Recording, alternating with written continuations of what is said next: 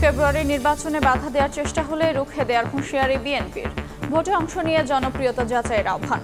বড় দলগুলোর দূরত্বে তৃতীয় শক্তির সুযোগ নেওয়ার শঙ্কা রাজনীতিকদের। কিছু দলকে মাঠে নামিয়ে ফেব্রুয়ারির নির্বাচনকে বানচাল করার জন্য একটি অস্থিরতা, একটা শঙ্কা তৈরি করছে। আসুন না জনমত যাচাই করি। বিভাজনের এত সুর যে অমুক খারাপ আমরা ভালো, সংকটটা যদি দূর করতে না পারি তাহলে তৃতীয় ব্যক্তির সুযোগ নেওয়ার কথা তো বলাই যাইতেছে। পিআর ডাকে বিদ্যমান পদ্ধতিতে নির্বাচন সিদ্ধান্ত নেবে দলগুলো, বললেন প্রেস সচিব। পলিটিক্যাল পার্টিগুলোই তারা ডিসাইড করবেন কি হবে, আপার হাউস না কোন হাউস, এটা এর মধ্যে গভর্নমেন্টের মিনিমাম কোনো সংশ্লিষ্টতা নাই। দেখছিলেন প্রধান শিরোনাম। সন্ধ্যার সময় সঙ্গে আছে আমি আফরোজা মৌটুসী। এবার অন্যান্য শীর্ষ সংবাদ। কেবল কার্যক্রম বন্ধ করে আওয়ামী লীগকে প্রতিরোধ করা যাবে না, বিচারের মাধ্যমে নিষিদ্ধের দাবি নাহিদের। আইনের সুযোগ থাকলেও এখনো সিদ্ধান্ত নেয়নি প্রসিকিউশন। ভারত সহ আরো 5 দেশের সাবেক ভূমিমন্ত্রী জাভেদের অবৈধ সম্পদের খোঁজ। গাড়ি চালকের বাসা থেকে 23 বস্তা নথি জব্দ। সস্ত্রীক দেশে ফেরাতে ইন্টারপোলের রেড নোটিশ জারির উদ্যোগ।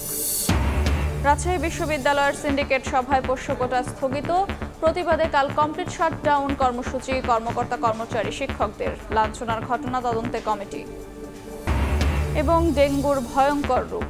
একদিনে চলতি মৌসুমে সর্বোচ্চ 12 জনের মৃত্যু। ঢাকা ও বরিশাল বিভাগে 5 জন করে প্রাণহানি। 24 ঘন্টায় হাসপাতালে ভর্তি 740।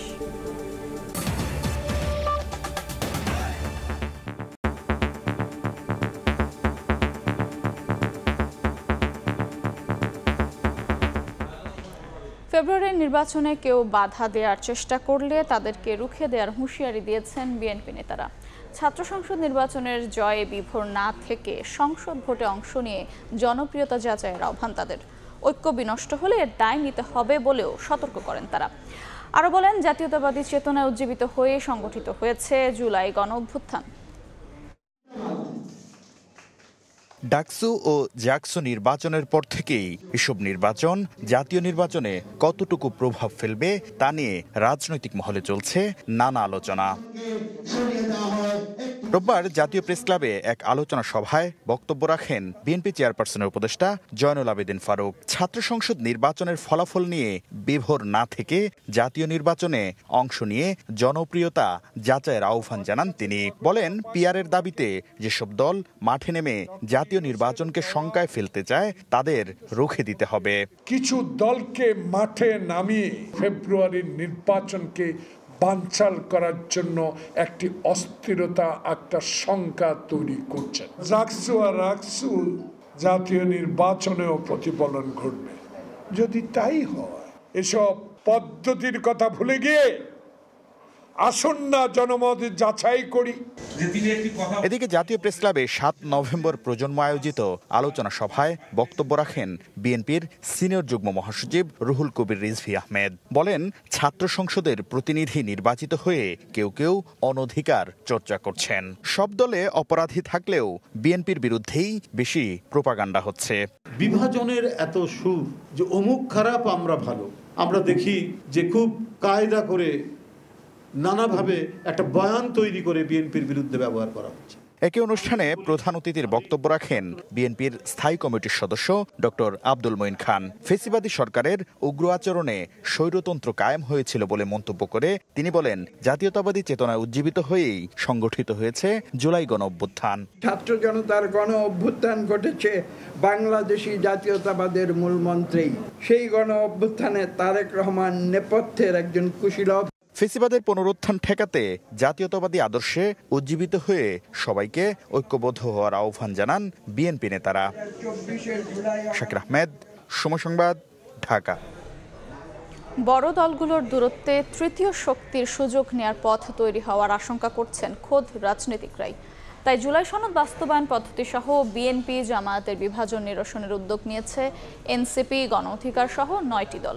এরই মধ্যে 2টি দলের শীর্ষ নেতাদের সঙ্গে যোগাযোগ করেছেন তারা। এছাড়াও 9 দলেরই ফোরাম থেকে নতুন নির্বাচনী জোট গঠনে আলোচনার ইঙ্গিত দিয়েছেন নেতারা। সানবির রূপলের রিপোর্ট।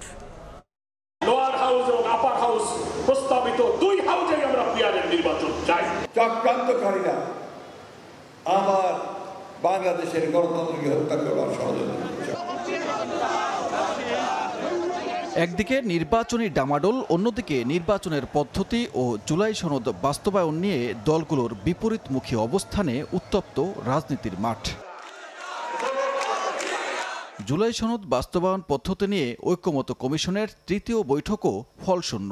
বিশেষজ্ঞ মতামত নিয়ে সাংবিধানিক আদেশের পর গণভোটের মাধ্যমে সনদের বৈধতা দেওয়ার প্রস্তাবও একমত হতে পারেনি দলগুলো। একই সময়ে দুই কক্ষে পিআর পদ্ধতিতে নির্বাচনের দাবিতে সভা সমাবেশ করছে জামায়াত সহ ইসলামী দলগুলো।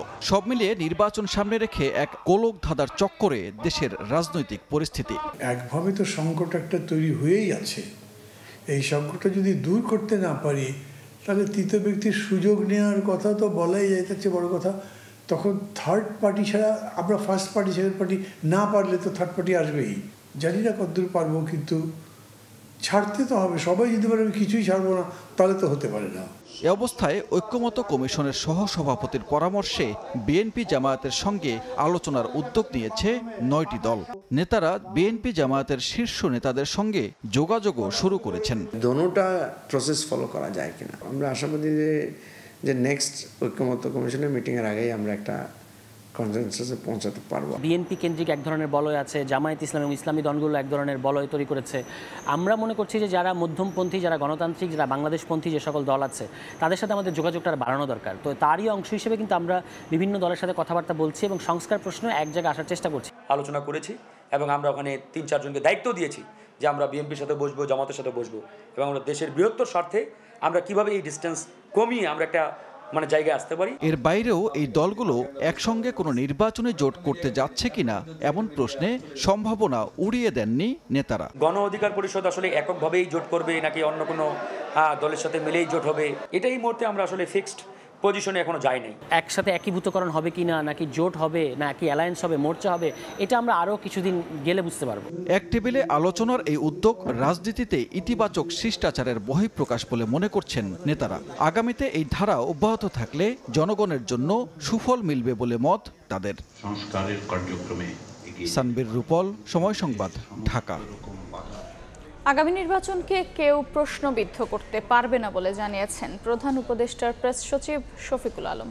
পিআর নাকি বিদ্যমান পদ্ধতিতে ভোট হবে সেই সিদ্ধান্ত রাজনৈতিক দলগুলো নেবে বলেও জানান তিনি।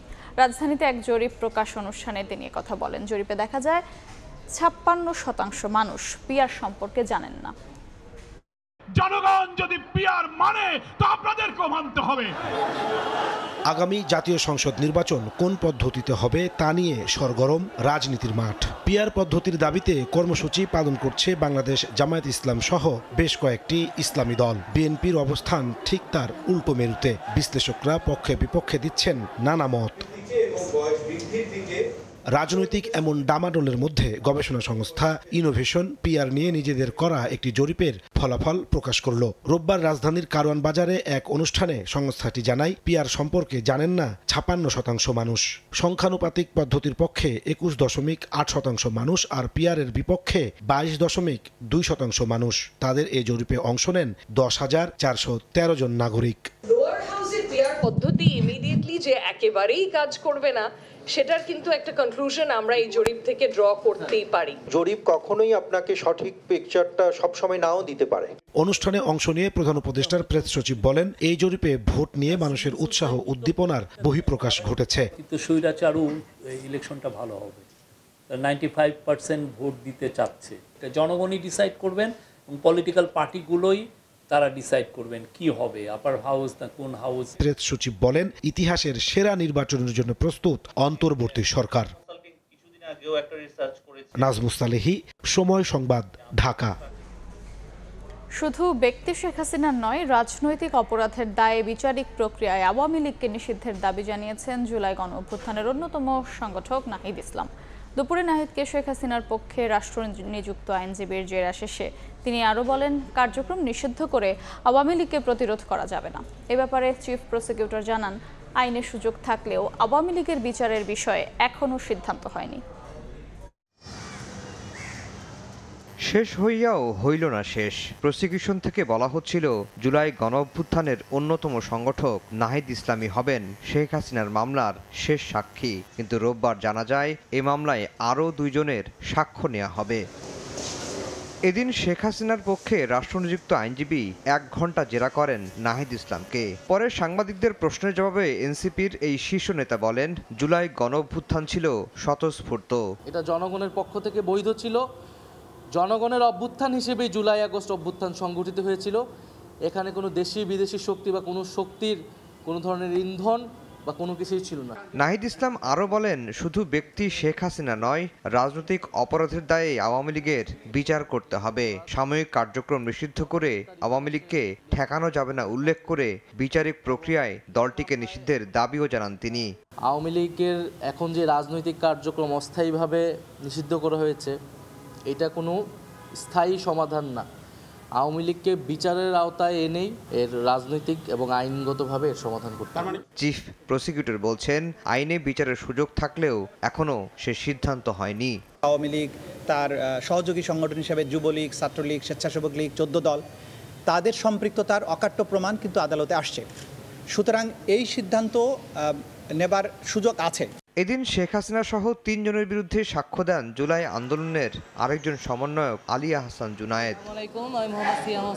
এদিকে আন্তর্জাতিক অপরাধ ট্রাইব্যুনাল 2-এ জুলাই আন্দোলনের প্রথম শহীদ আবু সাইদ হত্যা মামলায় 6ষ্ঠ দিনের সাক্ষ্য গ্রহণ হয়। হাজির করা হয় গ্রেফতার 6 আসামিকে।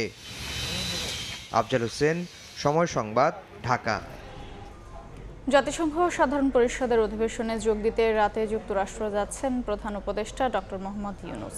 তাকে স্বাগত জানাতে জন এফ কেনেডি বিমানবন্দরে থাকবেন স্থানীয় বিএনপি ও জামাত নেতারা। তারা মনে করেন বিশ্বমঞ্চে বাংলাদেশের নির্বাচনী যাত্রা তুলে ধরবেন প্রধান উপদেষ্টা।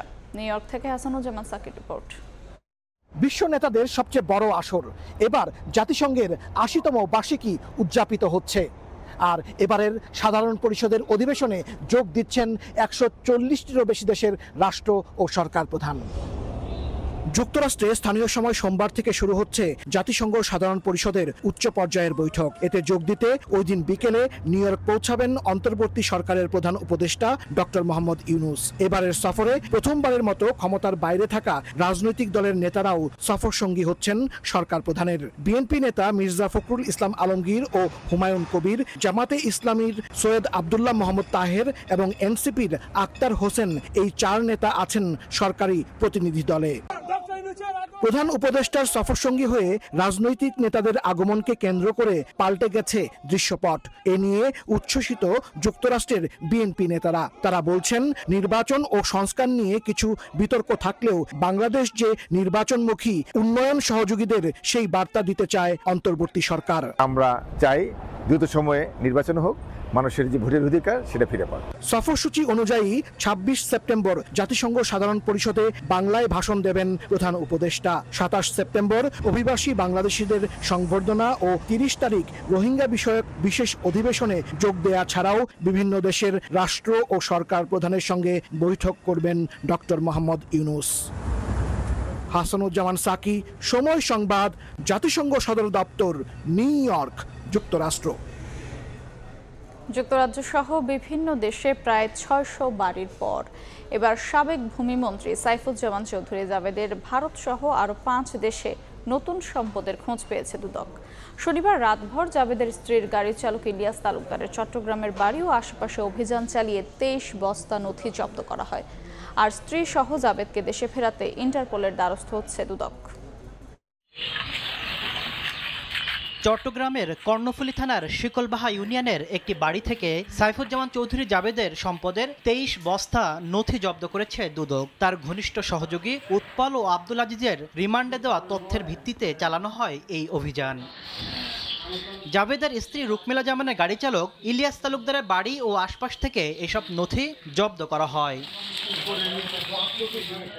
দুদক বলছে, যুক্তরাজ্য, যুক্তরাষ্ট্র, দুবাই ও সিঙ্গাপুরে থাকা ৫৮২টি বাড়িসহ সম্পদের বাইরে নতুন করে নথিতে ভারত, থাইল্যান্ড, মালয়েশিয়া, ফিলিপাইন, কম্বোডিয়াও তার সম্পদের তথ্য পাওয়া গেছে।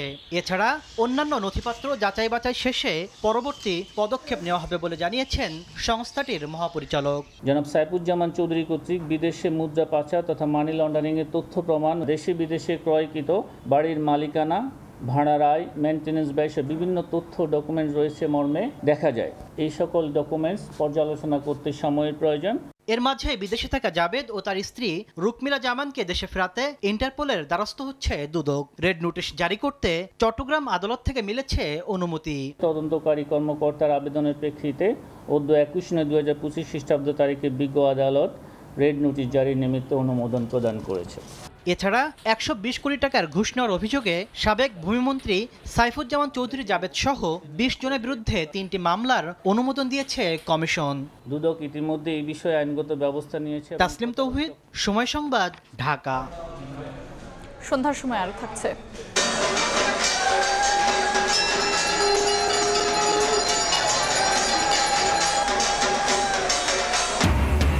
মহালয়ার মধ্য দিয়ে শারদীয় দুর্গোৎসবের ক্ষণগণনা শুরু। মন্দিরে মন্দিরে চণ্ডীপাঠ, মঙ্গল ঘট স্থাপনে দেবীকে আবাহন।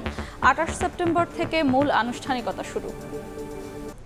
জরুরি সিন্ডিকেট সভায় আবারও স্থগিত হলো রাজশাহী বিশ্ববিদ্যালয়ে পোষ্য কোটা। তবে কোটা বহালের দাবিতে অনড় শিক্ষক, কর্মকর্তা, কর্মচারীদের একাংশ কাল কমপ্লিট শাটডাউনের ডাক দিয়েছেন তারা। আন্দোলনের ডামাডোলে রাকসু নির্বাচন নিয়ে সংশয়ে শিক্ষার্থীরা। তবে বিশ্ববিদ্যালয় প্রশাসন জানিয়েছে যথাসময়ে হবে ভোট। রোববার বিকেলে রাজশাহী বিশ্ববিদ্যালয়ের উপাচার্যের বাসভবনে অনুষ্ঠিত হয় জরুরি সিন্ডিকেট সভা। এতে স্থগিত করা হয় পোষ্য কোটা। জানানো হয় উপ উপাচার্য সহ অন্যান্য শিক্ষকদের লাঞ্ছিত করার ঘটনা তদন্তে 5 সদস্যের অভ্যন্তরীণ এবং বিচার বিভাগীয় তদন্ত কমিটি গঠন করা হয়েছে। আমরা গতকালকে যে ঘোষণাটি দিয়েছি যে এটা স্থগিত করা হয়েছে, সেই বিষয়টি আমরা সিন্ডিকেটকে রিপোর্ট করেছি এবং সিন্ডিকেট আমাদের এই সিদ্ধান্তের প্রতি সমর্থন জ্ঞাপন করেছে। একজন উপ উপাচার্য যেভাবে শারীরিকভাবে তিনি লাঞ্ছিত হয়েছেন, এটার জন্য সিন্ডিকেট নিন্দা জ্ঞাপন করেছে। এই ঘটনার সুষ্ঠু তদন্তের স্বার্থে সিন্ডিকেট সিদ্ধান্ত নিয়েছে আমরা আভ্যন্তরীণ যে তদন্ত কমিটি একটি হবে, একদম নিরপেক্ষ তদন্তের স্বার্থে বিচার বিভাগীয় একটি তদন্তের জন্য সিন্ডিকেট এটা সুপারিশ করছে। এদিকে সিন্ডিকেটের সিদ্ধান্ত প্রত্যাখ্যান করে কমপ্লিট শাটডাউন কর্মসূচির ঘোষণা করেছেন শিক্ষক, কর্মকর্তা ও কর্মচারীদের একাংশ। এর আগে উপ উপাচার্য সহ শিক্ষকদের লাঞ্ছিত করার ঘটনা তদন্ত ও পোষ্য কোটার দাবিতে কর্মবিরতি পালন করেন তারা। এতে বন্ধ ছিল ক্লাস, পরীক্ষা।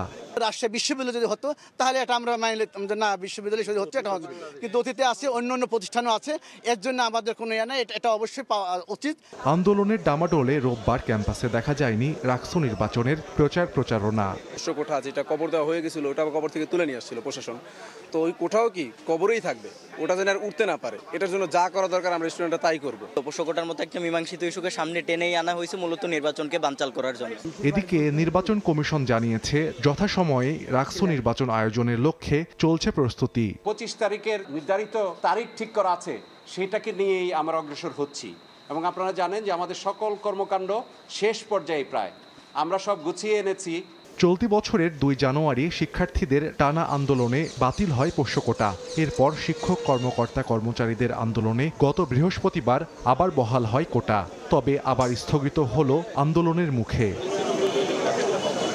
সময় সংবাদ, রাজশাহী। সন্ধ্যার সময় আরো থাকছে। স্বাধীন ফিলিস্তিন রাষ্ট্রের স্বীকৃতি দিল যুক্তরাজ্য, কানাডা ও অস্ট্রেলিয়া। দ্বিরাষ্ট্রনীতি বাস্তবায়নে সংকটে সমাধান ও শান্তি ফেরার আশা। ডেঙ্গুর ভয়াবহ রূপ। একদিনে চলতি মৌসুমের সর্বোচ্চ 12 জনের মৃত্যু হয়েছে। এর মধ্যে ঢাকা ও বরিশাল বিভাগে 5 জন করে এবং চট্টগ্রাম ও ময়মনসিংহে 1 জন করে মারা গেছেন। 24 ঘন্টায় হাসপাতালে ভর্তি হয়েছেন 740 জন। স্বাস্থ্য অধিদপ্তরের ডেঙ্গু বিষয়ক নিয়মিত প্রতিবেদনে এই তথ্য জানানো হয়েছে। এ নিয়ে চলতি বছরে ডেঙ্গুতে আক্রান্ত হলেন 41,831 জন, মারা গেছেন 179 জন।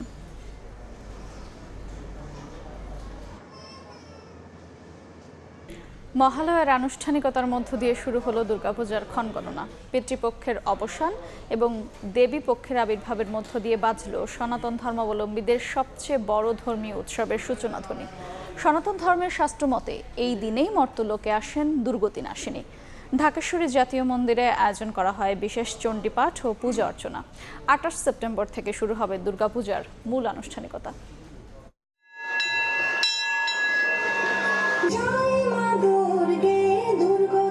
হিন্দু ধর্মাবলম্বীদের কাছে দেবী দুর্গা অশুভ শক্তির বিনাশের প্রতীক। মহালয়ার দিনেই তিনি দায়িত্ব পান মহিষাসুর বধের। তাই তো ভক্তদের আশা দেবী দুর্গার আগমনে বিনাশ ঘটবে সকল অশুভ শক্তির। ঢাকের বাদ্যই জানান দিচ্ছে শুরু হয়ে গেছে দেবী দুর্গার মর্তে আসার ক্ষণ। পিতৃপক্ষের অবসান হয়ে সূচনা হলো দেবী পক্ষের। মহালয়াকে ঘিরে রোববার ভোর থেকেই ঢাকেশ্বরী মন্দিরে চলে বিশেষ পূজার আনুষ্ঠানিকতা। এরপরেই শুরু হয় মহালয়ার ঘট স্থাপন সহ বিশেষ পূজা।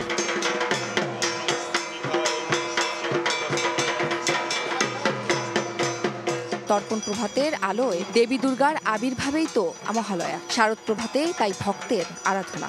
1 বছর পরে মা আসছেন আমাদের মাঝে। মহিষাসুরের নাচ দেখলাম, গান শুনলাম। সবার জন্য যেন দেবী সুসংবাদ বয়ে আনে। এদিকে মহালয়া উপভোগে যোগ দেন বিদেশি অতিথিরাও। It is such an honor and privilege to be here to Dhakeshwari temple every time. For a moment we were all transported to the level of divine in the company of Ma Durga. আগামী 28 September ষষ্ঠী পূজার মধ্যে দিয়ে শুরু হবে এবারের শারদীয় দুর্গাপূজার মূল আনুষ্ঠানিকতা। হিন্দু শাস্ত্র মতে এবার দেবী দুর্গার আগমন ঘটবে গজ অর্থাৎ হাতিতে চড়ে। উম্মে হানি, সময় সংবাদ, ঢাকা। দেশের বিভিন্ন স্থানে প্রতিমা ভাঙচুরের ঘটনা অস্বীকার করার সুযোগ নেই, তবে এ বিষয়ে কঠোর ব্যবস্থা নিচ্ছে আইনশৃঙ্খলা বাহিনী। দুপুরে আইনশৃঙ্খলা সংক্রান্ত উপদেষ্টা পরিষদ কমিটির বৈঠক শেষে স্বরাষ্ট্র উপদেষ্টা আরও বলেন, দুর্গাপূজা নির্বিঘ্ন করতে আগামী 24 সেপ্টেম্বর থেকে সারা দেশে মণ্ডপ পাহারায় মোতায়েন থাকবে আইনশৃঙ্খলা বাহিনী।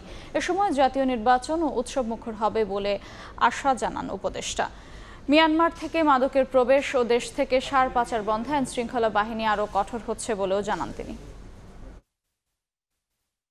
পূজা আমাদের শুরু হবে হলো 28 তারিখ থেকে, কিন্তু আমাদের ডিপ্লয়মেন্ট শুরু হয়ে যাবে 24 তারিখ থেকে। পূজা কমিটিগুলি যে আছে তারা কিন্তু মণ্ডপ বানানো শুরু করে তাদের কিন্তু 7 জন করে গার্ড ওখানে রাখতে হবে বলা হয়েছে, এবং তারা সবাই রাজি হয়ে গেছে। এখন কিন্তু মেইন দায়িত্বটা কিন্তু ওনাদের এইগুলি দেখার ইনস্ট্রাকশন দিয়েছি। থানা পুলিশ রয়ে গেছেন, তারপরে র্যাব, বিজিবি, আনসার এরও এখনো পেট্রোলিং করবে। ভাঙাচুরার সংখ্যা কি খুব বেশি? তো 2-1টা জায়গায় যে ছোটোখাটো 2-1টা ঘটনা ঘটতেছে না, আমি অস্বীকার করবো না, ঘটতেছে, বাট ঘটার সাথে সাথে আইনানুগ ব্যবস্থা নেওয়া হচ্ছে।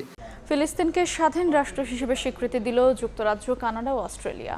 দ্বিরাষ্ট্রনীতি বাস্তবায়নে সংকটের সমাধান ও শান্তি ফেরার আশা প্রকাশ করেছে দেশগুলো। এই সিদ্ধান্তকে ব্রিটিশ পররাষ্ট্রনীতিতে একটি বড় পরিবর্তন হিসেবে দেখা হচ্ছে। কানাডা প্রথম G7 দেশ হিসেবে ফিলিস্তিনকে স্বীকৃতি দিল, যদিও যুক্তরাষ্ট্রের পরিকল্পনা নেই বলে জানিয়েছে হোয়াইট হাউস। এ পর্যায়ে শীর্ষ সংবাদ জানিয়ে দিচ্ছে আরেকবার। নির্বাচনে বাধা দেওয়ার চেষ্টা হলে রুখে দেওয়ার হুঁশিয়ারি বিএনপির। পিআর নাকি বিদ্যমান পদ্ধতিতে ভোট, সিদ্ধান্ত নেবে রাজনৈতিক দলগুলো, বললেন প্রেস সচিব। কেবল কার্যক্রম বন্ধ করে আওয়ামী লীগকে প্রতিরোধ করা যাবে না, বিচারের মাধ্যমে নিষিদ্ধের দাবি নাহিদের। আইনের সুযোগ থাকলেও এখনো সিদ্ধান্ত নেয়নি প্রসিকিউশন। এবং পোষ্য কোটা স্থগিতের প্রতিবাদে রাজশাহী বিশ্ববিদ্যালয়ে কাল শাটডাউন কর্মসূচি শিক্ষক কর্মকর্তাদের। নির্বাচন নিয়ে সংশয় শিক্ষার্থীদের, যথাসময়ে আয়োজনের আশা ইসির।